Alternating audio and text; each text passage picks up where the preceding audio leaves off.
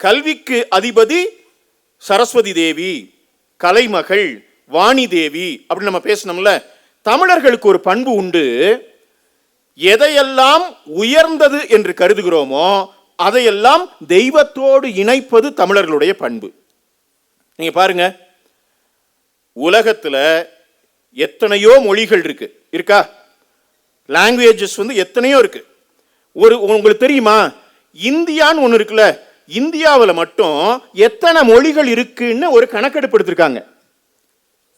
எத்தனை மொழிகள்னா, எழுத்து வடிவம் இருக்கக்கூடிய மொழி, எழுத்து வடிவம் இல்லாத மொழின்னு மொத்தமா 3700க்கும் மேற்பட்ட மொழிகள் இருக்குதான். 3700 above. 3700 மொழிகளுக்கு மேல இந்தியாவில் மட்டுமே இருக்கு. அப்ப உலக அளவில் எவ்வளவு மொழிகள் இருக்கும் இல்ல?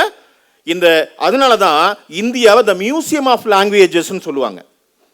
அத்தனை மொழிகள் இருக்கக்கூடிய தேசம் இந்தியா. சரிதானா? இவ்வளவு மொழிகள் இருக்கு. இவ்வளவு மொழிகள்ல ஒரு மொழியை தாய் என்று கொண்டாடக்கூடிய சமூகம் தமிழ் சமூகம். மொழி நாட் ஓன்லி கம்யூனிகேஷன் டூல், தொடர்பு கொள்ளக்கூடிய ஒரு கருவி மட்டுமல்ல, அது நம்முடைய உணர்வு நிலைப்பட்டது. அம்மாவோட நமக்கு இருக்கக்கூடிய பிணைப்பு உணர்வு ரீதியானது. அப்படிப்பட்ட ஒரு உணர்வு ரீதியான பிணைப்பு நம்முடைய மொழிக்கும் நமக்கும் இருக்கிறது என்ற காரணத்தால் தான் தமிழர்கள் மொழியை, தன்னுடைய தாய்மொழியாகிய தமிழை தாய் என்று கொண்டாடுகிறார்கள். தாய் என்று கொண்டாடுவது மட்டுமல்ல, அந்த மொழிக்கு வாழ்த்துப்பா இசைத்து எந்த நிகழ்ச்சியை தொடங்குறோம் இல்லையா? என்ன வாழ்த்து அது? தமிழ்த்தாய் வாழ்த்து. அனைவரும் எழுந்து நின்று நீராறும் கடல் உடுத்த என்று தொடங்கி பாடுறோமே. இப்படி மொழிக்கு ஒரு வாழ்த்து பாடி கொண்டாடி சிறப்பிக்கக்கூடிய சமூகம் உலகில் வேற எந்த சமூகமும் இல்லை, தமிழ் சமூகம் மட்டும்தான். தமிழை எப்படி கொண்டாடினார்கள் தமிழர்கள் அப்படின்னா, அதை இறைவனிடம் கொண்டு போய் சேர்த்தாங்க. இறைவனோட சேர்த்து நிறைய கதைகள் சொன்னாங்க. நான் ஒரு கதை சொல்றேன். தமிழ் எப்படி இறைவன் மதித்த மொழி அப்படின்னா, பெருமாள் கோவில் போயிருக்கீங்களா? பெருமாள் கோவில்ல தமிழ்நாடு முழுவதும் பார்த்தீங்கன்னா பெருமாள் எப்படி இருப்பாரு அப்படின்னா, கிடந்த திருக்கோலம், பாம்பு அணையின் மீது படுத்தபடி தான் இருப்பார். அப்படிதானே? பள்ளி கொண்ட பெருமாள்னு சொல்லுவாங்க. படுத்தபடி இருப்பார். அப்படி கண்ணை மூடி இருப்பார். அப்படி கண்ணை மூடி இருக்காருன்னா என்ன அர்த்தம்? அறிதுயில் அப்படின்னு சொல்றாங்க. அத உலகத்தில் நடப்பது எல்லாவற்றையும் அறிந்தபடி பெருமாள் படுத்திருக்கிறார். தமிழ்நாட்டில் எல்லா இடங்களிலும் பெருமாள் படுத்திருக்கிறார். ஆனால் திருப்பதி வெங்கடாஜலபதி பார்த்திருக்கீங்களா? திருப்பதி வெங்கடாஜலபதி எப்படி இருப்பாரு? படுத்திருப்பாரா? திருப்பதி வெங்கடாஜலபதி நின்ற கோலத்தில் இருப்பார், நின்றுட்டு இருப்பார். ஏன்? எல்லா இடங்களிலும் கிடந்த திருக்கோலத்தில் இருக்கக்கூடிய பெருமாள் திருப்பதியில் மட்டும் ஏன் நின்ற திருக்கோலத்தில் இருக்கிறார் அப்படின்னு ஒரு கேள்வி. அதுக்கு ஒரு விடை சொன்னார் ஒருத்தர். என்னன்னா, திருப்பதி இருக்கு பாருங்க, அந்த திருப்பதி வேங்கட மலை அப்படின்னு ஒரு மலை.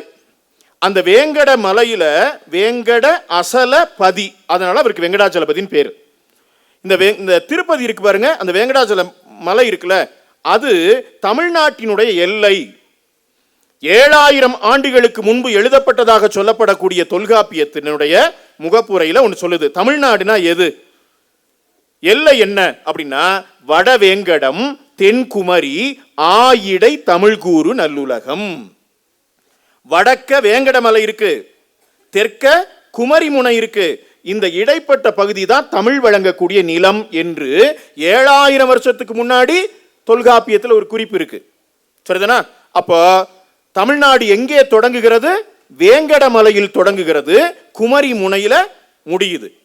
சரி, இப்போ தமிழ்நாட்டில் எல்லா இடத்திலும் படுத்திருக்கக்கூடிய பெருமாள் ஏன் திருப்பதியில் நிற்கிறார்னா, தமிழ் அங்கிருந்து தான் தொடங்குகிறது. எனவே தமிழுக்கு மரியாதை தருவதற்காக பெருமாள் எழுந்து நிற்கிறார். எப்படி தமிழ்த்தாய் வாழ்த்துக்கு நாம் எழுந்து நிற்கிறோமோ அப்படி பெருமாள் தமிழுக்கு மரியாதை தருவதற்காக எழுந்து நிற்கிறார். அப்படின்னா இது ஒரு கற்பனை தான். ஆனா எவ்வளவு நல்ல கற்பனை பாருங்களேன். தமிழ் தொடங்குகிற இடத்தில் அவர் எழுந்து நிற்கிறார், மரியாதைக்காக நிற்கிறார். சரி, பெருமாள் கோவில்ல எல்லா இடத்திலும் படுத்திருக்கக்கூடிய பெருமாள் மதுரையில் அழகர் கோவில்ல அமர்ந்து இருக்கிறார், உட்கார்ந்து இருக்கிறார். ஏன் அப்படின்னா அங்கதான் தமிழ்ச்சங்கம் வைத்து தமிழ் வளர்த்தார்கள் பாண்டியர்கள். சங்க புலவர்கள் கவிதைகளை பாடுறாங்க. அங்க நின்று படுத்துட்டு கேட்டா மரியாதை இல்லை, நின்று கேட்டால் தமிழ் புலவர்கள் ரொம்ப நேரம் பேசுவாங்க, கால் வலிக்கும் என்பதனால் அமர்ந்து உங்களை மாதிரி உட்கார்ந்து தமிழ் கேட்கிறார் பெருமாள் என்று ஒரு கதை. இது ஒரு கற்பனையாக இருந்தாலும் கூட நம்முடைய தாய்மொழிக்கு இறைவனே மரியாதை செலுத்தினான் என்று கொண்டாடுவதற்காக சொல்லப்படக்கூடிய ஒரு கதை. ஒன்று தெரியுமா உங்களுக்கு? சிவபெருமான் தமிழ்நாட்டுக்கு வர்றார். சிவபெருமான் தோன்றுகிறார். ஒரு பக்தன் கேட்கிறான், என்ன செய்ய வேண்டும் அப்படின்னு கேட்கிறான். அவர் சொல்றாரு, சொற்றமிழால் என்னை பாடுக, தமிழ்ல என்னை பத்தி ஒரு பாட்டு பாடு என்று சிவபெருமான் சொன்னதாக ஒரு கதையை உருவாக்கி வைத்திருக்கிறோம். அப்படின்னா என்ன அர்த்தம்? சிவபெருமான் கேட்க விரும்பிய மொழி தமிழ் மொழி, அவ்வளவு உயர்ந்த மொழி தமிழ் மொழி. இந்த உலகத்தை படைத்து காத்து வரையாது அழித்து கொண்டிருக்கக்கூடிய சிவபெருமான் கேட்க விரும்பிய மொழி தமிழ் மொழி அப்படின்னு. அப்போ தமிழை அவ்வளவு தூரம் உயர்த்தி இருக்கிறோம், இறைவனோடு கொண்டு போய் தொடர்பு படுத்தி இருக்கிறோம். அப்படிப்பட்ட மொழியாக தமிழ் மொழி இருக்கிறது. இன்னும் ஒரு கதையை உங்களுக்கு சொல்ல விரும்புகிறேன். காஞ்சிபுரம் பல்லவ மன்னர்கள் ஆட்சி பண்ணிட்டு இருந்த காலம். அந்த காலத்தில் திருமழிசை ஆழ்வார்னு ஒரு ஆழ்வார் இருந்தார். அவருடைய சீடன் கணிகண்ணன் ஒருத்தவன். அவன் அரண்மனையில் வேலை பார்க்குறான். இந்த திருமழிசை ஆழ்வார் ஊர் ஊரா போவார், பெருமாள் மேல பாட்டு பாடுவார். இதுதான் அவருடைய வேலை. ஒரு நாள் என்ன பண்றாரு, இப்படி ஊர் ஊரா போய் பாடுறாருல, ஒரு வயசான பாட்டியை பார்க்கிறார். ஒரு 70 வயது இருக்கும் அந்த பாட்டிக்கு. கைகளாம் நடுங்குது, வாய் கொளறுது, கண்ணு சரியா தெரியல, காது சரியா கேட்கல. அந்த பாட்டி அப்படியே நடுங்கிட்டு உட்கார்ந்துருக்கு. திருமழிசை ஆழ்வார் அந்த பாட்டியை பார்த்து கேட்கிறாரு, பாட்டி எப்படி இருக்க? எப்படி இருக்க? காது சரியா கேட்க மாட்டேங்குது, யாரு என்னன்னு சரியா கண்ணு தெரிய மாட்டேங்குது, சாப்பிட்டா ஜீரணமாக மாட்டேங்குது, நடக்க முடியல, முட்டி வலிக்குது, உடம்பு வலிக்குது. அந்த எம என்னைக்கு வந்து கூட்டிட்டு போவான்னு உட்காந்துருக்கேன் ஐயா அப்படின்னு சொல்லுது. பாவம் தானே, பெரிய ஒரு 70 வயசுல இவ்வளவு தடுமாறுது இந்த பாட்டி அப்படின்னு பார்த்த அந்த திருமழிசை ஆழ்வார் என்ன செஞ்சாராம், அந்த பாட்டியின் மீது ஒரு தமிழ் பாடல் பாடினார். தமிழுக்கு என்ன சக்தி உண்டு அப்படின்னா, எதை நினைத்து ஒரு புலவன் பாடுகிறானோ அதை சித்தியாக்கக்கூடிய வல்லமையை தமிழ் தரும் என்று தமிழர்கள் நம்புகிறார்கள். அதனால இந்த பாட்டியினுடைய வயதை குறைப்பதற்காக ஒரு பாட்டு பாடுறார். என்ன ஆச்சு தெரியுமா? 70 வயது பாட்டி இந்த திருமழிசை ஆழ்வார் ஒரு பாடலை பாடியவுடன் அந்த பாட்டிக்கு அப்படியே வயசு பாதியா குறைஞ்சிருது. 70 டிவைடட் பை 2 எவ்வளவு இல்லையா? அப்ப பாட்டிக்கு என்ன வயசாச்சு? 70 வயதான பாட்டிக்கு அப்படியே வயசு எத்தனை குறைஞ்சிருச்சு? பாதியா குறைஞ்சிருச்சு. 35 வயது நடுத்தர மங்கையாக மாறிவிட்டாள் அந்த பாட்டி. இந்த செய்தி திருமழிசை ஆழ்வார் தமிழ்ல ஒரு பாட்டு பாடி ஒரு பாட்டியினுடைய வயசை பாதியா குறைச்சிட்டாருங்கிற செய்தி காஞ்சிபுரத்தை ஆட்சி பண்ணிட்டு இருந்த பல்லவ மன்னனுக்கு போகுது. பல்லவ மன்னனுக்கு வயசு 60. அவனுக்கு ஒரு ஆசை, திருமழிசை ஆழ்வார் வந்து நம்ம மேல ஒரு பாட்டு பாடினா எத்தனை வயசா மாறிடலாம்? 30 வயசா மாறிடலாம் அப்படின்னு திருமழிசை ஆழ்வாரை கூப்பிட்டு வர சொன்னான். திருமழிசை ஆழ்வார் வரமாட்டேன்ட்டாரு. திருமழிசை ஆழ்வாருடைய சீடன் கணிகண்ணன் ஒருத்தவன், நான் ஏற்கனவே சொன்ன அரண்மனையில் வேலை பார்க்குறான்னு, அவனை கூப்பிட்டு உன்னுடைய குருநாதரை கூட்டிட்டு வா, என் மேல ஒரு பாட்டு பாட சொல்லு, நான் 30 வயசுக்காரனா மாற விரும்புகிறேன். கணிகண்ணன் சொன்னா, யாரும் உத்தரவு போட்டு என்னுடைய குருநாதர் வரமாட்டார். அவர் இயற்கையாக பாடினாலும் பாடுவாரை தவிர எந்த ஆர்டருக்கும் அவர் பணிய மாட்டார், வரமாட்டார்ன்றான். அரண்மனைக்கெல்லாம் வரமாட்டாரா? வரமாட்டார் என்றால் அவருடைய சீடனாகி உன்னை நாடு கடத்துகிறேன், காஞ்சிபுரத்தை விட்டு வெளியில போ அப்படின்னு சீடனை வெளியில துரத்திட்டான். செய்தி திருமழிசை ஆழ்வாருக்கு போகுது, குருநாதருக்கு போகுது. இப்ப குருநாதர் என்ன பார்க்கிறாரு, நேர விறுவிறுன்னு வந்தாரு. காஞ்சிபுரத்துல பெருமாள் கோவிலுக்கு உள்ள போனாரு. பெருமாளுக்கு முன்னால நின்று ஒரு பாட்டு பாடுறார். கணிகண்ணன் போகின்றான், காமரு பூங்கச்சி மணிவண்ணா இனி நீ கிடக்க வேண்டாம், துணி உடைய சென்னா புலவன் நான் மொழிகின்றேன், நீயும் ஊன்றன் பைனாக பாய் சுருட்டிக்கொள். இந்த பாட்டுக்கு என்ன அர்த்தம்னா, என்னுடைய சீடன் கணிகண்ணன் நாட்டை விட்டு போகிறான், நீ என்ன இன்னும் காஞ்சிபுரத்தில் படுத்திருக்கிற பெருமாளே, நான் தமிழ் புலவன், நான் ஆணையிடுகிறேன், நீ உன்னோட பாயை சுருட்டி கக்கத்தில் வச்சுட்டு நீனும் வெளியில வா என்று சொன்னாராம். உடனே பெருமாள் எழுந்து போய்விட்டார். செய்தி யாருக்கு போகுது? பல்லவ மன்னனுக்கு போகுது. பெருமாள் ஊரை விட்டு போயிட்டாரு. கோயில் இல்லாத ஊரில் குடியிருக்க வேணாம்னு சொல்லுவாங்கல்ல, பெருமாளே போயிட்டாருன்னா அப்புறம் அந்த ஊருக்கு என்ன சிறப்பு?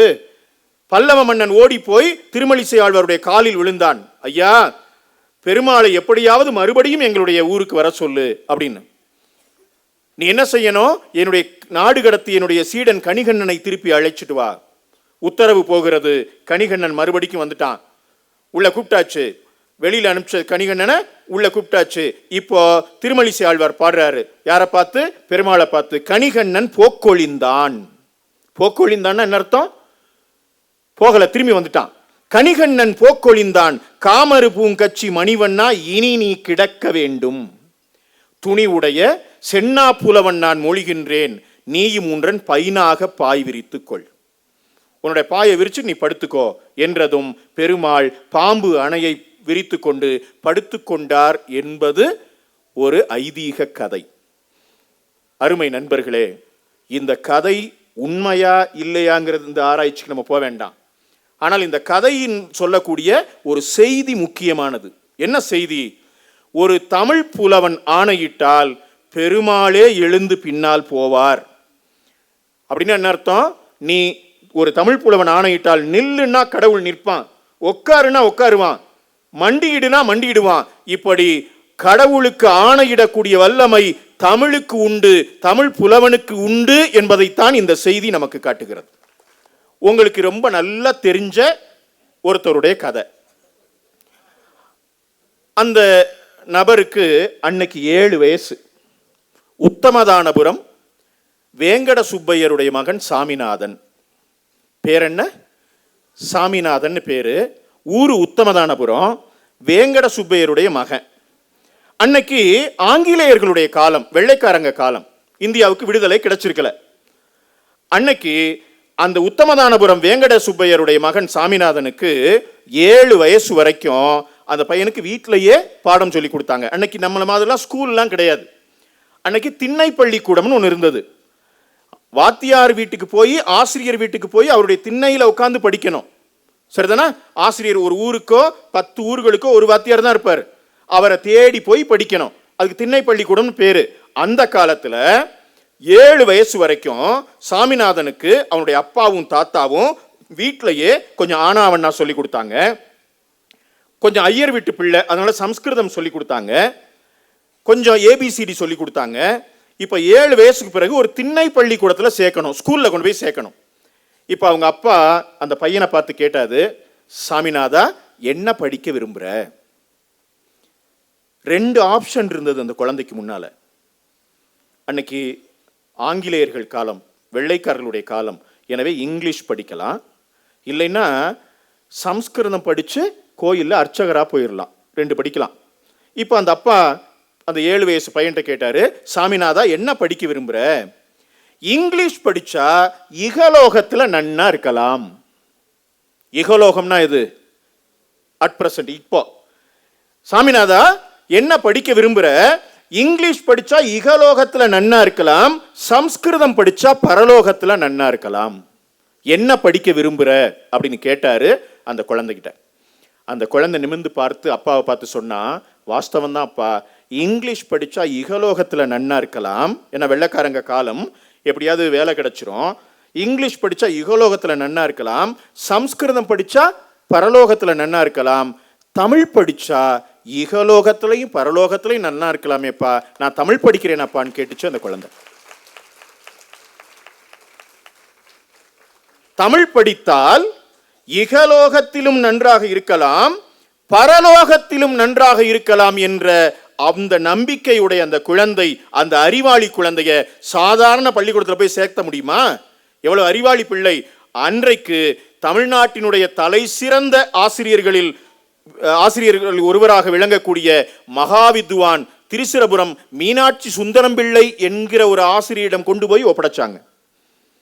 தலை சிறந்த ஆசிரியரிடம் படித்த அந்த பிள்ளை வளர்ந்து ஒரு கல்லூரியினுடைய பேராசிரியராகி அழிந்து போய் கொண்டிருந்த தமிழ் இலக்கியங்கள் எல்லாம் தேடி கண்டுபிடித்து அதையெல்லாம் அச்சாக்கி காப்பாற்றி நம்முடைய இன்னைக்கு நம்ம படிக்கக்கூடிய தமிழை காப்பாற்றி தந்ததனால் அவருக்கு ஆங்கிலேயர்கள் காலத்திலேயே மகோபாத்தியாயன்னு பட்டம் கொடுத்தாங்க.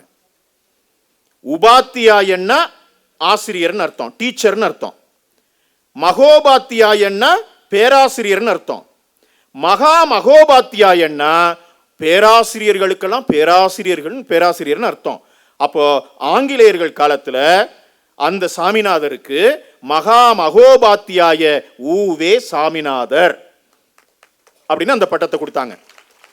அந்த பட்டத்தை கொடுத்தோன்னே நம்முடைய மகாகவி பாரதி அப்போ இருக்கார். அவர் என்ன தெரியுமா ஒரு வாழ்த்து பாடினாரு அந்த ஊவேசாவுக்கு?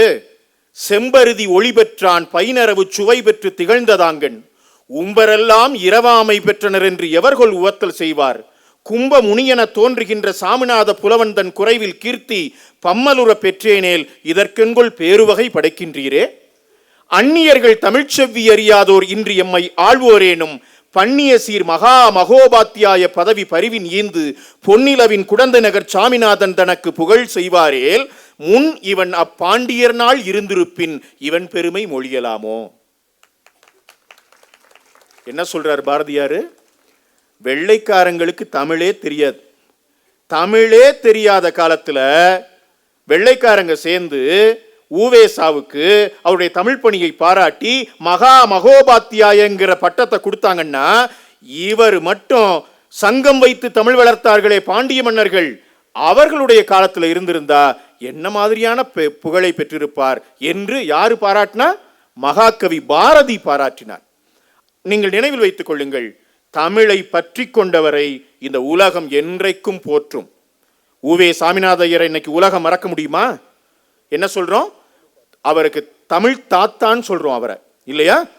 உங்களுக்கு நினைவுபடுத்துகிறேன், தமிழை பற்றி கொண்ட ஊவே சாமிநாத ஐயர் சில வருடங்கள் பணிபுரிந்த சென்னை மெரினா கடற்கரையில் இருக்கக்கூடிய பிரசிடென்சி காலேஜில் முகப்புல ஒரு கையில ஒரு புத்தகத்தை ஏந்தி கொண்டு சிலையாக நிற்கிறார் ஊவே சாமிநாத ஐயர். சிலையா நிற்கிறார். எந்த இடத்துலயாவது, எந்த ஸ்கூல்லையாவது, ஸ்கூல்ல வேலை பார்க்குற டீச்சருக்கு செலவு வைப்பாங்களா? ஸ்கூலை நிறுவனவங்களுக்கு செலவு வைப்பாங்க. ஸ்கூல்ல வேலை பார்த்த ஒரு டீச்சருக்கு செலவு வைப்பாங்களா? ஊவேசா சில வருடங்கள் வேலை பார்த்த பிரசிடென்சி கல்லூரியில் அவருக்கு சிலை வச்சிருக்காங்க. இன்னொன்று தெரியுமா உங்களுக்கு? ஒரு ஸ்டூடெண்ட் படிச்ச ஸ்கூல்ல செலவு வைப்பாங்களா? இந்த ஸ்டூடெண்ட் தான் எங்க ஸ்கூல்ல படிச்சாரு அப்படின்னு. அருமை நண்பர்களே, குழந்தைகளே, மகாகவி பாரதி படித்த திருநெல்வேலி இந்து பள்ளியில பாரதியார் உட்கார்ந்து படிச்சார் பாருங்க. அந்த இடத்துல, அந்த சீட்ல நாள்தோறும் ஒரு ரோஜா மலரை வைக்கிறார்கள். இந்த இடத்தில் தான் பாரதியார் அமர்ந்து படித்தார். தமிழை பற்றி கொண்டவர்களை இந்த உலகம் என்றென்றும் போற்றும் என்பதற்கு அவர் சான்று. சரி, நான் சொன்ன இந்த தமிழை தாயாக கொண்டாடுகிறோம். இலங்கையைச் சேர்ந்த ஒரு சிறுமி, அந்த சிறுமி சொன்ன ஒரு கதை, அந்த சின்ன பாப்பா சொன்ன கதை. என்ன கதை தெரியுமா? கடவுள் ஒரு நாள் திடீர்னு உலகத்துக்கு வந்துட்டார். வந்து அவருக்கு என்ன, அந்த கடவுள் உலகம் இருக்குல்ல, சொர்க்கம் நரகம்லாம் சொல்றாங்கல்ல, இறந்த பிறகு மனிதர்கள் போகக்கூடியது, அதெல்லாம் எப்படி இருக்கும்னு யாரும் போய் பார்த்துட்டு வந்து சொன்னதில்லை. ஆனால் நிறைய கதையா சொல்லி வச்சிருக்காங்க. உடனே அந்த உண்மையிலேயே கடவுளுடைய உலகம் எப்படி இருக்கும்னு கடவுள் காட்ட விரும்பினார். அதனால வந்தாரு பூமிக்கு. வந்து பார்த்தாரு, யாராவது ஒருத்தவரையாவது கூட்டிட்டு போய் கடவுளோட உலகம் இப்படிதான் இருக்கும்னு காமிச்சு கூட்டிட்டு வர்றதுக்காக கூட்டிட்டு போறார். வந்து கூப்பிட்டார். கடவுள் வந்து வாங்க என்னுடைய உலகத்துக்கு வான்னு கூப்பிட்டா யார் போவா? யாரும் போக மாட்டாங்கல்ல. அப்ப என்ன சொன்னாரு? நீ வந்து என்னுடைய உலகத்துக்கு நீ கெஸ்டாவா, 1 வீக் இரு, எல்லாத்தையும் சுத்திப்பாரு, திரும்பி நீ வந்துடலாம். இந்த டீலிங் நல்லா இருக்குல்ல. உடனே ஒருத்தன் என்ன பண்ணா, நான் வர்றேன் கடவுளேன்னு கிளம்பி போனான். கூட்டிட்டு போய் இப்போ கடவுள் போய் எல்லா இடங்களையும் சுத்தி காட்டினார். சுத்தி காட்டி எல்லா இடத்தையும் காமிச்சார். கடவுளுடைய உலகம் அருமை குழந்தைகளே, நமக்கு இப்ப சொல்றாங்கல்ல சொர்க்கம் இப்படி இருக்கும், நரகம் இப்படி இருக்கும், அப்படிலாம் இல்லை. கடவுள் உலகம் ரொம்ப நல்லா இருந்துச்சான். அவன் போய் சுத்தி பார்த்துருக்கான். ஓ, இதை பத்தி தான் தப்பு தப்பா அவன் சொல்றானுங்களாடா அப்படின்னு எல்லாம் ஒரு வாரம் கெஸ்டா இருந்து நல்லா சுத்தி பார்த்தான். கடவுள் நல்ல சாப்பாடு கொடுத்தாரு, நல்ல தங்குற இடம் கொடுத்தாரு. எல்லாம் பார்த்து முடிச்சுட்டு அவன் என்ன பண்ணா, ஊருக்கு கிளம்பணும், பூமிக்கு வரணும். கிளம்புற நேரம் கடவுள்கிட்ட போய் தேங்க்ஸ் பண்ணான். கடவுளே ரொம்ப நன்றி, நான் ஊருக்கு கிளம்புறேன் அப்படின்னு சொன்னான். சொல்லிட்டு போகும்போது பார்த்தான், கடவுளோட அந்த ஆசனம் இருக்குல்ல, அரியாசனம், கடவுள் உட்கார்ற இருக்கை, அந்த இருக்கைக்கு பின்னால ஒரு பெரிய டோர் இருக்கு. அது லாக் பண்ணியிருக்கு. ஒரு வார காலம் எல்லாத்தையும் சுத்தி காட்டின கடவுள் அந்த டோரை மட்டும் திறந்து உள்ள என்ன இருக்குன்னு காட்டவே இல்லை. இவனுக்கு குரு குரு குருன்னு இருந்துச்சு. கடவுள்கிட்ட கேட்டான், அந்த டோரை திறந்து என்ன இருக்குன்னு நீங்க காட்டவே இல்லையே அப்படின்னா. கடவுளுக்கு அப்பதான் ஞாபகம் வந்துச்சு, ஓ இது காட்டலையா, வா வா வா நான் திறந்து காட்டுறேன். அவன் போய் கதவை திறந்து பார்த்தா, அருமை நண்பர்களே, உள்ள போய் பார்த்தா இந்த மாதிரி 100 மடங்கு பெரிய ஒரு ஹால். அந்த ஹால்ல பக்கவாட்டுல பெரிய பெரிய பெரிய பெரிய கடிகாரங்கள், லட்சக்கணக்கான கடிகாரங்கள். இந்த வால் முழுக்க கடிகாரங்கள். அப்படியே அந்த நேர முன்னாடி பார்த்தா கடிகாரங்கள், அண்ணாந்து பார்த்தா மேல முழுக்க வட்ட வட்ட வட்டமான கடிகாரங்கள். நீங்க ஒரு ஹாலுக்கு 2 கடிகாரம் போதும் இல்லையா? நீங்க இங்க பார்த்துட்டு இருக்கீங்க, இங்க ஒரு கடிகாரம் வச்சா டைம் ஆயிடுச்சு நீங்க பார்த்துக்கலாம். நாங்க பேசிட்டு இருக்கேன், அங்க ஒரு கடிகாரம் வச்சா நேரம் ஆயிடுச்சு அப்படின்னு தெரிஞ்சுக்கிறதுக்கு 2 கடிகாரம் போதும்ல?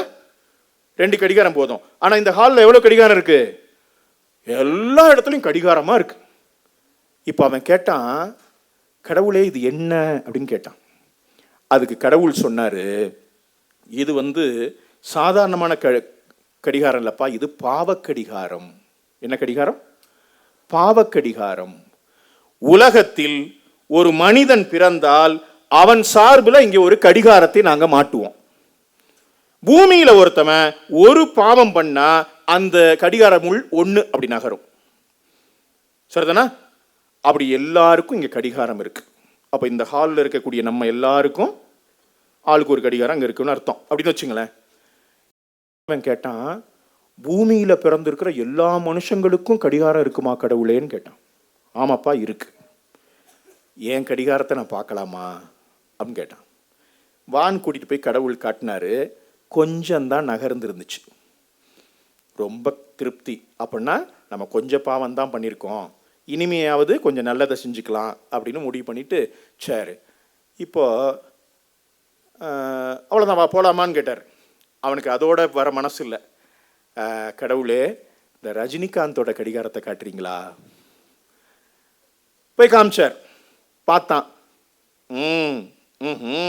தெரிஞ்சுக்கிட்டான். அப்புறம் ஒவ்வொரு நடிகர், அரசியல் தலைவர்கள், இவங்க கடிகாரம்னா ஒரு ஆசை தானே, எவ்வளவுதான் பண்ணியிருக்காங்கன்னு பார்ப்போமே அப்படின்லாம் பார்த்தான். பார்த்து எல்லாம் தெரிஞ்சுக்கிட்டான். இப்போ கடவுள் வாங்க அப்படின்னு எல்லாரும் கூட்டிட்டு வந்து கதவை சாத்துறார். இப்போ அவன் சொன்னா, கடவுளே நம்ம 2 பேரும் தான் வெளியில வந்துட்டோமே, அந்த ஹாலில் ஃபேன் ஓடிட்டு இருக்கு, ஃபேனை ஆஃப் பண்ணிருங்க, தேவையில்லாம ஏன் ஃபேன் ஓடிட்டு இருக்கு அப்படின்னா. கடவுள் சொன்னார், அந்த ஹாலில் ஃபேனே இல்லையே. ஃபேனே இல்லையே, கடிகாரம் தானே இருக்கு. இல்லையே, ஃபேன் ஓடிச்சேன் நான் பார்த்தனே அப்படின்னா. அவன் போய் திறந்து பார்த்தா, நண்பர்களே, அந்த கோடிக்கணக்கான கடிகாரங்களில் ஒரு கடிகாரம் ஃபேனை விட வேகமா சுத்திட்டு இருக்கு. அப்படின்னா என்ன அர்த்தம்? இந்த பூமியில யாரோ ஒருத்தர் ரொம்ப வேக வேகமா பாவம் பண்ணிட்டு இருக்கார் இல்லையா? வேக வேகமா பாவம் பண்ணிட்டு இருக்கார். உடனே இவனுக்கு ஆச்சரியமா போச்சு, இப்படி பாவம் பண்றவன் யாரு? உடனே கடவுளை பார்த்து கேட்டான் அவன், கடவுளே, இந்த பாவ கடிகாரம் யாருடைய கடிகாரம்? நான் சொன்னேன், தொடக்கத்தில் சொன்னேன், இந்த கதையை இலங்கையைச் சேர்ந்த இலங்கை தமிழராகிய ஒரு யாழ்ப்பாணத்தைச் சேர்ந்த 5ஆம் வகுப்பு படிக்கக்கூடிய சின்ன குழந்தை சொன்ன கதைன்னு சொன்னேன் இல்லையா? இப்ப கதைக்கு வருவோம். இப்ப அவன் கேட்டான், கடவுளே இந்த கடிகாரம் யாருடைய கடிகாரம், இவ்வளவு வேகமாக ஓடுதே, இது யாருடைய கடிகாரம் அப்படின்னு கேட்டான். அதற்கு கடவுள் சொன்னார், இந்த கடிகாரம் இலங்கையினுடைய அதிபர் ராஜபக்சேயினுடைய கடிகாரம். ஏன்? இலங்கையில ஒரு குறிப்பிட்ட நம்முடைய தமிழ் இனத்தை கொத்து கொத்தாக கொன்று குவிப்பதற்கு காரணமாக அமைந்த ஒரு கொடுங்கோலனுடைய கடிகாரம் என்று அந்த சிறுமி அந்த கதையில சேர்த்து சொன்னான். ஒருத்தர இந்த பெயருக்கு முன்னால நம்ம போடக்கூடிய அடைமொழிகள்லாம் சாதாரணமா வந்துடல. நம்ம ஊவே சாமிநாதரை பத்தி பேசணும்ல. ஊவே சாமிநாதரை எப்படி சொல்றோம்? என்ன தாத்தா அவரு? தமிழ் தாத்தா இல்லையா? தமிழ் தாத்தா. அறிஞர் அண்ணாதுரைக்கு முன்னால நாம பேரறிஞர் அப்படின்னு சொல்றோம். அவ்வளவு விரிவாக படித்தவர், தமிழ்நாடு முழுவதும் சென்று பேசியவர், ஆங்கிலத்திலும் தமிழிலும் பல மணி நேரங்கள் கையில் எந்த விதமான குறிப்புகளும் இல்லாமல் பேசக்கூடிய திறன் மிக்கவர். என்ன சப்ஜெக்ட்? இலக்கியம், வரலாறு, அரசியல், பொருளாதாரம் என்று எந்த சப்ஜெக்டையும் கையில குறிப்பு இல்லாமல் பல மணி நேரம் பேசக்கூடிய வல்லமை பெற்றவர் அறிஞர் அண்ணா அவர்கள். அதை போல முத்தமிழறிஞர் கலைஞர் அவர்கள் மேடை ஏறுனா 2 மணி நேரம் வளமான தமிழ்ல அப்படி அருவி கொட்டுவதை போல பேசக்கூடியவர் கலைஞர் கருணாநிதி அவர்கள். நாங்கள் எல்லாம் சிறு வயதில் அவருடைய பேச்சை கேட்டு தமிழ் படிக்க வந்தவர்கள் என்று எங்கள் தலைமுறை நாங்கள் சொல்லுவோம். அப்படி ஒரு மிகச்சிறந்த பேச்சாளர் கலைஞர் கருணாநிதி அவர்கள். இப்போ கருணாநிதி அவர்கள் இருக்காங்கல்ல, கலைஞர் முத்தமிழறிஞர் கருணாநிதி அவர்கள் உங்களுக்கு தெரியும், தமிழ்நாட்டினுடைய முன்னாள் முதலமைச்சர், தமிழில் ஏராளமான நூல்களை எழுதியவர், தலை சிறந்த பேச்சாளர், திரைப்பட வசனகர்த்தா, நாடகங்கள் எழுதியவர், நாடகத்தில் நடித்தவர், பிறகு அரசியல்ல மிக முக்கியமான இடத்தை பெற்றவர். அவருக்கு ரொம்ப பிடிச்சது, தமிழ்நாட்டினுடைய முதலமைச்சராக இருக்கார், அவருக்கு ரொம்ப பிடிச்சது இலக்கியம், பேசுவது, எழுதுவது, கவிதை எழுதுவது, கதை எழுதுவது, சினிமாவுக்கு எழுதுறது, இது அவருக்கு ரொம்ப பிடிச்ச விஷயம். நீங்க அவர் தமிழ்நாட்டினுடைய முதலமைச்சராக இருக்கும்போது இந்த மாதிரி அரங்குகள்ல கவியரங்கத்தினுடைய தலைவராக அமர்ந்து கவிதை பாடுவார். இந்த தலைமுறைக்கு உங்களுக்கு தெரிந்திருக்க நியாயம் இல்லை, பெரியவர்களுக்கு தெரியும். இந்த மாதிரி அரங்கத்துல ஒரு கவியரங்கம் நடக்கிறது என்றால் முத்தமிழறிஞர் கலைஞர் அவர்கள் நடுநாயகமாக இருந்து தலைமை ஏற்று அந்த கவியரங்கத்தை வழி நடத்துவார். தமிழ்நாட்டினுடைய மிகச்சிறந்த கவிஞர்கள் கவிதை பாடுவாங்க. யார் யாரு? கவிக்கோ அப்துல் ரகுமான், கவிப்பேரரசு வைரமுத்து, பொன் செல்வ கணபதி, மு மேத்தா, பா விஜய் உள்ளிட்ட பல பேர் கவிதை பாடுவாங்க. இப்ப ஊட்டியில இந்த மாதிரி ஒரு அரங்கத்துல ஒரு கவியரங்கம் நடக்குது. கவியரங்கத்தினுடைய தலைவர் யாரு? அன்னைக்கு தமிழ்நாட்டினுடைய முதலமைச்சராக இருந்த முத்தமிழறிஞர் கலைஞர் அவர்கள். அவர்தான் கவியரங்கத்தினுடைய தலைவர். நண்பர்களே, இன்னைக்கு 11 மணிக்கு ஆரம்பிச்சோம்ல இந்த அரங்கத்தை, அன்னைக்கும் 11 மணிக்கு கவியரங்கம் தொடங்கணும். 10:55க்கு இந்த கேம்பஸ்குள்ள வந்துருச்சு சீஃப் மினிஸ்டரோட வண்டி. 10:55 கலைஞர் வந்துட்டார். ஆடியன்ஸ்லாம் வந்துட்டாங்க. கவிதை பாடக்கூடிய கவிஞர்கள் இன்னும் வந்து சேரல. சீஃப் கெஸ்டே வந்துட்டாரு, பேசக்கூடிய அந்த கவிதை பாடக்கூடியவங்க வரல. நேர விறுவிறுன்னு இறங்கினார் பாருங்க கலைஞர். மற்றவர்கள்லாம் வழி விட்டாங்க. நேர மேடையில் வந்து உட்கார்ந்துட்டார். மேடையில் மற்ற நாற்காலிகள்லாம் காலியா கிடக்கு. பதறாங்க. என்னன்னா, அப்பத்தான் ஹோட்டல்ல இருந்து புறப்பட்டு இருக்காரு கவிக்கோ அப்துல் ரகுமான், பாதி வழியில் இருக்கிறாரு வைரமுத்து, அப்பதான் ரயில்வே ஸ்டேஷன்ல இருந்து இறங்கி இருக்கிறாரு மு மேத்தா. என்ன நினைச்சுக்கிட்டாங்க, சீஃப் மினிஸ்டர்ல தமிழ்நாட்டினுடைய முதலமைச்சர் 11 மணின்னா ஒரு 12 மணிக்கு தான் வருவாரு, அப்புறம் நம்ம மெதுவா போய்க்கலாம் அப்படின்னு பார்த்தா இப்படி சரியான நேரத்துக்கு வந்து சேருவாரு. வந்து உட்காந்துட்டார். போன் பறக்குது. சீஃப் மினிஸ்டர் வந்து வெயிட் பண்றாரு. உங்களுக்கு தெரியும்ல, தமிழ்நாட்டினுடைய முதலமைச்சருடைய ஒவ்வொரு நிமிடமும் ரொம்ப முக்கியமானது, அப்படிதானே? அவர் வந்து உட்கார்ந்துட்டாரு. இன்னும் மற்றவங்களாம் வரல. என்ன போன் பறக்குது. வேகமாக வண்டிகள் வருகின்றன. பார்த்தா பதறி அடித்துக்கொண்டு அந்த ஜிப்பா தடுமாற வருகிறார் கவிப்பேரரசு வைரமுத்து. நேர போய் நடுவில் உட்கார்ந்துருந்த கலைஞரை பார்த்து, தலைவரே கொஞ்சம் தாமதமாயிடுச்சு, போய் உட்காரியா அப்படிங்கிறார். மேத்தா வர்றாரு, வேட்டி தடுக்குது, பதட்டத்தில் ஓடி வந்து கும்பிடுறார், உட்கார் உட்கார் அப்படிங்கிறார். மணியை பார்க்கிறார், ஒவ்வொருத்தவங்களா வந்து சேர்ந்துட்டாங்க. எல்லோரும் வந்து சேருவதற்கு 15 நிமிடங்கள் ஆகிவிடுகிறது. மேடையில் யார் உட்கார்ந்துருக்கா? 15 நிமிஷம் சீஃப் மினிஸ்டர் உட்கார்ந்துருக்காரு. 15 நிமிஷமா எல்லாரும் வந்து ஒவ்வொருத்தவங்களா வந்து சேர்ந்துட்டாங்க. இப்போ கவிதையை ஆரம்பிக்கிறார் கலைஞர். என்ன சொல்றாரு?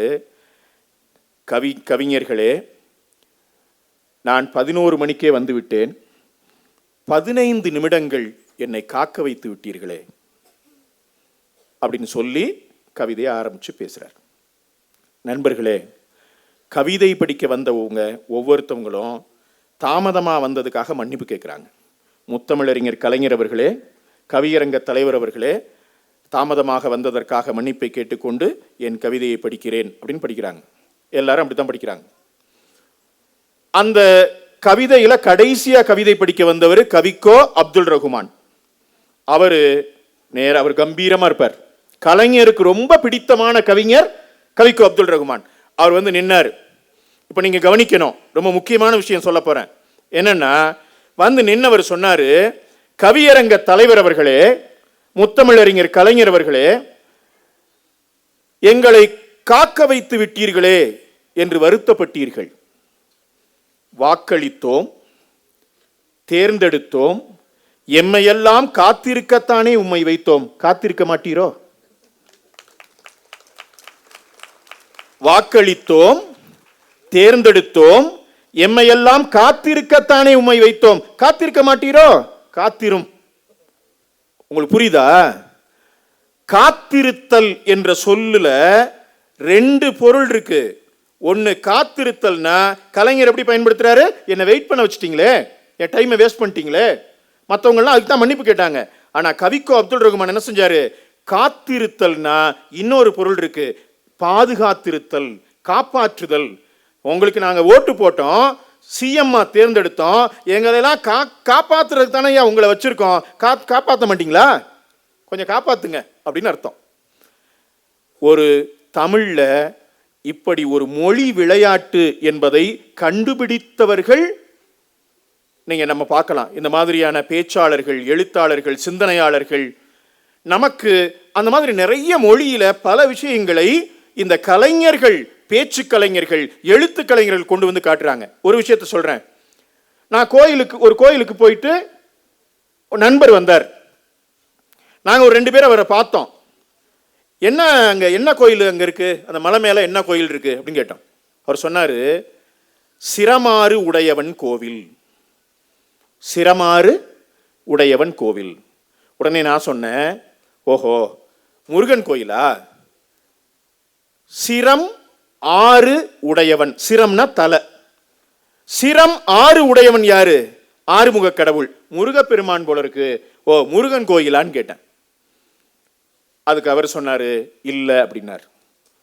முருகன் கோயில் இல்லையா? சிரம் 6 உடையவன்னா முருகன் தானே, அப்ப வேற என்ன கோயில்? நண்பர் சொன்னாரு, சிரம் மாறு உடையவன் அப்படின்னா தலை மாறி போச்சு, அது பிள்ளையார் கோயிலுங்க. சிரம் மாறு உடையவன், மனித தலை போய் யானையினுடைய தலை வந்துச்சுல, அதுல சிரம் மாறு உடையவன் பிள்ளையார் கோயில் அவர். இப்ப அந்த போயிட்டு வந்த நண்பர் சொன்னாரு, பிள்ளையார் கோயிலும் இல்ல. பிள்ளையார் கோயிலும் இல்லையா? சிரம் 6 உடையவன் இல்ல, சிரம் மாறு உடையவன் இல்ல, அப்ப யாரு? உடனே நான் யோசிச்சு பார்த்து சொன்னேன், ஓ சிவன் கோயிலா? ஏன்? சிரம்னா தலை. சிரம் 6 உடையவன் யாரு? சிரத்துல தலையில 6 உடையவன் யாரு? சிவன். அதுல சிவபெருமானா? சிவன் பெருமான் கோயிலா அப்படின்னு கேட்டேன். இல்லை. என்னப்பா இது? சிரம் 6 உடையவன்னா முருகனும் கிடையாது, விநாயகரும் கிடையாது, சிவன்னு கிடையாது, சிவன்னு கிடையாது, அப்ப வேற என்ன கோயில்? அப்ப நண்பர் சொன்னாரு, மாறு அப்படின்னா முள்ளுன்னு ஒரு அர்த்தம் இருக்கு. சிரம் மாறு உடையவன், தலையில முள்முடியை அணிந்தவர் யார்? இயேசு கிறிஸ்து. எனவே மலை மீது இருப்பது ஒரு சர்ச்சு. சிரம் மாறு உடையவர். ஓ, ஜீசஸ் கிரைஸ்ட், அப்போ சர்ச்சு தான் மேல இருக்கா அப்படின்னு கேட்டார். இப்போ சிரமாறு உடையவன் கோவில் அப்படிங்கிறதுக்கு எத்தனை அர்த்தம் பாருங்க. சிரம் ஆறு தலை, சிரம் ஆறு உடையவன், சிரம் மாறு உடையவன், சிரம் ஆறு உடையவன், சிரம் மாறு உடையவன். நண்பர் சொன்னாரு அதுவும் இல்லை, அதுவும் இல்லை. அப்புறம் என்னதான் அது? அவர் சொன்னாரு சிரம் மாறு. மாறுனா குல்லான்னு ஒரு அர்த்தம் இருக்கு. தலையில குல்லா அணிந்திருக்க கூடியவனுடைய கோயில். மேல இருக்கிறது ஒரு மசூதி, தொழுகை நடத்தக்கூடிய மசூதியா. நான் சிரம் மாறு உடையவன் கோவில்ங்கிறேன், நீங்க வேறு வேற தெய்வத்தை எல்லாம் சொல்லிட்டு இருக்கீங்களே. அருமை நண்பர்களே, சிரமாறு உடையவன் என்கிற அந்த சொல்லுக்குள்ள எத்தனை அர்த்தம் இருக்கு பாருங்க. இத்தனை வளத்தை கொண்டிருக்கக்கூடிய மொழி தமிழ் மொழி தான். இந்த மாதிரி ஒரு வளம் உலகத்தில் வேறு எந்த மொழிக்கும் இல்லை, வேறு எந்த மொழிக்கும் இல்லை, எந்த மொழிக்கும் இல்லை. அவ்வளவு அற்புதமான வளத்தை கொண்ட இந்த மொழியை பேச்சின் மூலமாக எடுத்து சென்று தமிழர்களிடம் சொன்னவர்கள் தலை சிறந்த பேச்சாளர்கள். பேச்சுக்கலை அப்படின்னு சொல்றோம். அதை போல எழுதுகிற கலை, கவிதைகள். நம்ம சொன்னோம்ல, ஒரு கவிஞர் கவிக்கோ அப்துல் ரகுமான் அந்த காத்திருத்தல்ங்கிற சொல்லுக்குள்ள எவ்வளவு ஒரு விளையாடினார் அப்படின்னு. ரொம்ப சர்வசாதாரணமா கவிதையில ஒரு சமூக செய்திகளை சொல்லிவிட்டு போகக்கூடியவர்கள் இருக்கிறார்கள். அதை எழுத்துக்கலை அப்படிங்கிறோம். இந்தியாவும் பாகிஸ்தானும் ஒரு காலத்தில் ஒன்னா தான் இருந்துச்சு. வெள்ளைக்காரங்க வரும்போது ஒன்னா தானே இருந்துச்சு. 1947 ஆகஸ்ட் 14 பாகிஸ்தானுக்கு சுதந்திரம். இந்தியாவுக்கு எப்போ சுதந்திரம்? ஆகஸ்ட் 15 சுதந்திரம். சரி, ஒரு நாள் முன்னால பாகிஸ்தானுக்கு சுதந்திரம், ஒரு நாள் பின்னால இந்தியாவுக்கு சுதந்திரம். சரி, இப்போ மவுண்ட் பேட்டன் பிரபு அன்னைக்கு இருந்தார். ஆங்கிலேயர்கள் இந்தியாவுக்கு சுதந்திரத்தை கொடுப்பது என்று முடிவு செய்தவுடன் பாகிஸ்தானை பிரிச்சு, இந்தியாவையும் பாகிஸ்தானையும் பிரிச்சு கொடுக்கிறது அப்படின்னு சொன்ன உடனே அப்படியே முகமது அலி ஜின்னாவை கூப்பிட்டாங்க, நம்ம ஆட்களையும் கூப்பிட்டாங்க. கூப்பிட்டு நாங்க சுதந்திரம் தரப்போகிறோம், பெற்றுக்கொள்ளுங்கள்னு சொன்னாங்க. அப்போ பாகிஸ்தான் உடனடியாக பெற்றுக்கொண்டது. ஆகஸ்ட் 14 நமக்கு ஒரு நாள் முன்னாடி வாங்கிட்டாங்க. நாம என்ன தெரியுமா பண்ணோம்? ஆகஸ்ட் 15 வாங்கிக்கிறோம்னு சொன்னோம். ஏன்னா ஆகஸ்ட் 14 நாலு நல்லா இல்லை, நாலு நல்லா இல்லை. நல்ல நாள்ல வாங்குற சுதந்திரத்தை ஒரு நல்ல நாள்ல நல்ல நேரத்தில் வாங்குவோமே அப்படின்னு ஆகஸ்ட் 15 வாங்கிக்கிறோம்னு சொன்னோம். உடனே என்ன பண்ணாங்க? 1947 ஆகஸ்ட் 14 மிட் நைட், 14 முடியுதுல, 12 மணிக்கு அப்படி முடிஞ்சு ஆகஸ்ட் 15 தொடங்கும் போது, அப்படி நாள் பிறக்கும் போது, பர்த்டே எல்லாம் அப்படி கொண்டாடுறோம்ல சில வேளைகள்ல, 12 மணிக்கு அம்மா எழுப்பி ஹாப்பி பர்த்டே சொல்றாங்கல்ல, அந்த மாதிரி இந்தியாவுக்கு 1947 ஆகஸ்ட் 14 இரவு முடிஞ்சு அந்த 15 தொடங்குற அந்த நேரத்தில் டெல்லி செங்கோட்டையில் யூனியன் ஜாக் கொடி, பிரிட்டிஷ்காரங்களுடைய அந்த யூனியன் ஜாக் கொடியை இறக்கி இந்தியாவினுடைய மூவர்ண தேசிய கொடியை ஏற்றி சல்யூட் பண்ணது இந்தியா. எப்போது சுதந்திரம் பெற்றோம்? நள்ளிரவில் பெற்றோம். மிட் நைட்ல, பகல்ல வாங்கல, ஆபீஸ் டைம்ல வாங்கல சுதந்திரத்தை, மிட் நைட்ல வாங்கினோம். இப்ப சுதந்திரம் வாங்கிட்டோமா? சுதந்திரம் வாங்கி 25வது வருஷத்துல சுதந்திரம் பத்தி நிறைய கவிஞர்கள் எழுதுறாங்க. ஒரு காலேஜ் ஸ்டூடெண்ட் 2 வரி எழுதுனா தமிழ் கவிதை வரலாற்றில் மறக்கப்பட முடியாத வரி. அந்த வரி என்னன்னா, காலேஜ் ஸ்டூடெண்ட் இல்ல, அதனால துணிச்சலா எழுதுனா. அவன் என்ன எழுதுனா? சுதந்திரம்ங்கிற தலைப்பு. இந்த வரிகள் பாருங்க, ரொம்ப கவனமா கவனிங்க. சுதந்திரம் தலைப்பு. அவன் என்ன எழுதுனா? இரவிலே வாங்கினோம். சுதந்திரம் எப்ப வாங்கினோம்? இரவுல தானே வாங்கினோம், நைட்ல தானே வாங்கினோம். இரவிலே வாங்கினோம், இன்னும் விடியவே இல்லை. புரியுதா உங்களுக்கு? இரவிலே வாங்கினோம், இன்னும் விடியவே இல்லை அப்படின்னு எழுதினா. சரி, இது அவனுடைய விமர்சனம்னு வச்சுங்க. கவிதை ஒரு இளைஞனால தான் இவ்வளவு துணிச்சலா பேச முடியும் இல்லையா? ஆனா சுதந்திரம் நமக்கு ஏராளமான விஷயங்களை தந்திருக்கிறது, அது மறுக்கவே முடியாது. சுதந்திரம் எவ்வளவு பெரிய விஷயங்களை தந்திருக்குது. ஆனாலும் அது விமர்சனம். இரவிலே வாங்கினோம், இன்னும் விடியவே இல்லை. இன்னொரு காலேஜ் ஸ்டூடெண்ட் கோவம் வந்துருச்சு. சுதந்திரத்தை போய் இப்படி சொல்லலாமா?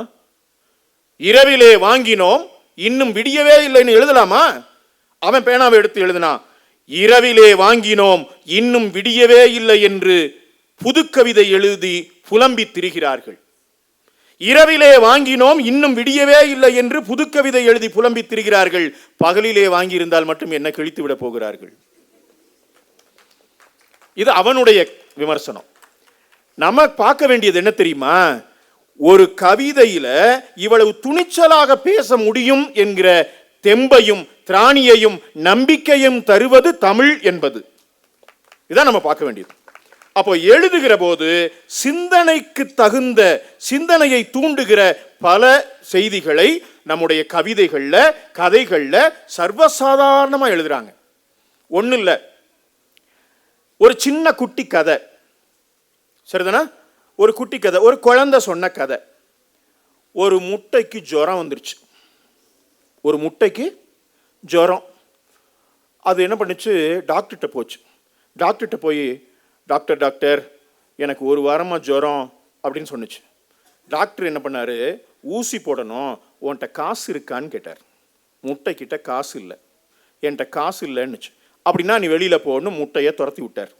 முட்டை காய்ச்சல் அழுதுகிட்டே வந்துச்சு. வந்தால் அங்கிருந்து ஒரு ஊசி பார்த்துச்சு. முட்டை முட்டை ஏன் அழுவுற? எனக்கு ஒரு வாரமாக ஜுரம், டாக்டர்கிட்ட போனேன், ஊசி போகிறதுக்கு காசு கேட்டார், என்கிட்ட இல்லை, அதனால் வந்துட்டேன். சரி நானும் உன் கூட வர்றேன் அப்படின்னு ஊசியும் கூட போகுது. முட்டை ஃபஸ்ட்டு போகுது, பின்னால் ஊசி போகுது. அங்கேருந்து சட்னி இருக்குது பாருங்க, சட்னி, அது ஒன்று பார்த்துச்சு. பார்த்து முட்டை முட்டை ஏன் அழுவுறன்னு கேட்டுச்சு. அப்போ முட்டை சொல்லிச்சு, எனக்கு ஒரு வாரமாக ஜுரம், டாக்டர்கிட்ட போனேன், காசு கேட்குறாரு, என்கிட்ட காசு இல்லை, அதான் அழுதுகிட்டே போனேன், இந்த ஊசி என் கூட துணைக்கி வருது. சட்னி சொன்னிச்சு, நானும் கூட வர்றேன்னு போயிடுச்சு. இந்த மூணும் சேர்ந்து நேராக திரும்பி டாக்டர் வீட்டுக்கு போச்சு. டாக்டர் வீட்டுக்கு போய் டாக்டர் வந்து உட்காரு வரல சீட்டு, அந்த சீட்டில் போய் ஊசி உட்காந்துக்குச்சு. முட்டை டேபிளில் உட்காந்துக்குச்சு. சட்னி அந்த டாக்டரோட வீட்டு ஸ்லாபில் மேலே போய் உட்காந்துக்குச்சு. டாக்டர் அங்கேருந்து வந்தார். நேராக வந்து சீட்டில் வேகமாக அப்படி உட்காந்தார். உட்காந்த உடனே ஊசி என்ன பண்ணுச்சு? நறுக்குன்னு ஒரு ஏத்துச்சு. ஐயோ அப்படின்னு கத்துனார். ஐயோன்னு கத்துனார் பாருங்க. அப்போ அந்த மேலே இருந்த ஸ்லாபில் இருந்த சட்னி பொத்துன்னு ஒரு வாயில் விழுந்து முகமெல்லாம் சட்னி, வாயெல்லாம் சட்னி. என்ன ஆச்சுங்க? இவர் ஐயோன்னு கத்துனார் பாருங்க. என்ன ஆச்சுங்கன்னு கேட்டுட்டு அவங்க ஒய்ஃப் வேகமாக நடந்து வந்தாங்க. வந்து பார்த்தா அந்த மேலே இருந்த முட்டை கீழே விழுந்து உடஞ்சி முட்டையில் வழுக்கி விட்டு டாக்டரோட ஒய்ஃபும் பொத்துன்னு கீழே விழுந்துட்டாங்க. இது ஒரு குழந்தை சொன்ன கதை. ரொம்ப இப்போ பார்த்தா ரொம்ப சைல்டிஷான, குழந்தை சொல்கிற கதை, சைல்டிஷான கதை தான். ஆனால் இதில் ஒரு நீதி இருக்குது. என்ன நீதி? ஒருவரிடம் பணம் இல்லை என்பதற்காக மருத்துவம் பார்க்க மாட்டேன்னு சொல்லக்கூடாது. ஏன்னா மருத்துவம்ங்கிற ஒரு சேவை, சரிதானா? சரி, இப்போ நீங்கள் ஒரு விஷயம் யோசிச்சு பாருங்களேன். டாக்டர் மருத்துவம் பார்க்க மாட்டேன்னாரு, காசு கேட்டாரு, அதுக்காக ஊசி அவரை குத்துச்சு, சட்னி வாயில் விழுந்துச்சு. சரி, அவங்களுடைய ஒய்ஃப் ஏன் தடுமாறி கீழே விழுகணும்? அவங்க ஒய்ஃப் என்ன தப்பு பண்ணாங்க? அப்படின்னா இந்த கதை என்ன தெரியுமா சொல்லுது? யாரு தவறு செய்கிறார்களோ அவர்கள் மட்டும் தண்டனைக்கு உரியவர் இல்லை, தவறு செய்யக்கூடியவரோடு கூடவே இருக்கிறார்களே அவர்களும் தண்டனைக்குரியவர்கள். எனவே நீங்கள் ஜாக்கிரதையாக இருங்கள். நீங்கள் தவறு செய்யவில்லை, நான் தப்பே பண்ண மாட்டேன்னு இருக்கிறது மட்டும் பத்தாது, உங்களுக்கு பக்கத்தில் இருப்பவர்கள் அவர்களும் தவறு செய்ய விடாமல் பார்த்து கொள்ளுவது என்பது கடமை என்று அந்த கதை சொல்லுது இல்லையா? ஒரு கதை எவ்வளவு அழகான நீதியை சொல்லுது பாருங்க. ஒரு பேச்சு கலையின் வழியாக, எழுத்துக்கலையின் வழியாக நாம நம்முடைய பண்புகளையும் தரத்தையும் உயர்த்தி கொள்வதற்கு வாய்ப்பாக அமையும். குழந்தைகள், நீங்கள் ஒரு பேச்சிலேயோ ஒரு கதை எழுதுவதிலேயோ கவிதை எழுதுவதிலேயோ அல்லது ஒரு நடனத்திலேயோ நாட்டியத்திலேயோ ஓவியம் வரைவதிலேயோ சிற்பம் வரைவதிலேயோ உங்களை ஈடுபடுத்திக் கொள்ளுங்கள். ஒரு கலையில் ஈடுபடுவதன் வாயிலாக நாம் என்றைக்கும் சாகாத வரத்தை பெற முடியும். ஒன்றை சொல்லி நிறைவு செய்கிறேன். அமிழ்தம் அப்படின்னா ஒரு கற்பனையான ஒரு பொருள். அமிர்தத்தை சாப்பிட்டவங்களுக்கு நரை வராது. நரை திரை, மூப்பு, பிணி, சாக்காடு வராது அமிர்தத்தை உண்டவர்களுக்கு என்று சொல்லுவது ஒரு புராண செய்தி. கலைகளில் ஈடுபட்டீர்கள் என்றால் அது நம்மை சாகாமல் வைத்திருக்கும். இந்த உடலுக்கு அழிவிருக்கலாம், ஆனால் நாம் ஈடுபடக்கூடிய கலையின் வழியாக நாம் உருவாக்கி இருக்கக்கூடிய அந்த மகத்தான கலை என்றைக்கும் அழியாமல் இருக்கும். அப்படி ஒரு நித்திய வாழ்வை, நிரந்தரமான வாழ்வை, என்றைக்கும் அழிவில்லாத ஒரு வாழ்வை, இந்த உலகம் முழுவதும் ஒரு மானுட மேன்மைக்கு திரட்டக்கூடிய ஒரு வாழ்வை கலை என்பது நமக்கு தெரியும், நமக்கு தரும். எனவே நீங்கள் கலைகளில் ஈடுபடுங்கள். கல்வியில் ஈடுபடுகிற அதே நேரத்தில் அதற்கு பக்கவாட்டில் நீங்கள் ஏதேனும் ஒரு கலையை பற்றி கொள்ளுங்கள். கலை நம்மை என்றைக்கும் சாகாத ஒரு வரத்தை அளிக்கக்கூடிய அமிழ்தமாக இருக்கும். தமிழுக்கும் அமுதென்று பேர் என்று சொன்னார் பாவேந்தர் பாரதிதாசன். நீங்கள் தமிழ் இலக்கியமும் ஒரு கலைதான். எனவே ஏதேனும் ஒரு கலையை பற்றி கொள்ளுங்கள், அது நமக்கு சாகாத வரத்தை அளிக்கும் என்று சொல்லி நல்லதொரு வாய்ப்பினை தந்த இந்த புத்தக திருவிழா ஏற்பாட்டு குழுவினருக்கு என்னுடைய நன்றிகளை தெரிவித்து, அமைதியாக இருந்து தமிழ் கேட்ட உங்கள் அனைவருக்கும் என்னுடைய நன்றியை பாராட்டி நிறைவு செய்கிறேன். நன்றி, வணக்கம்.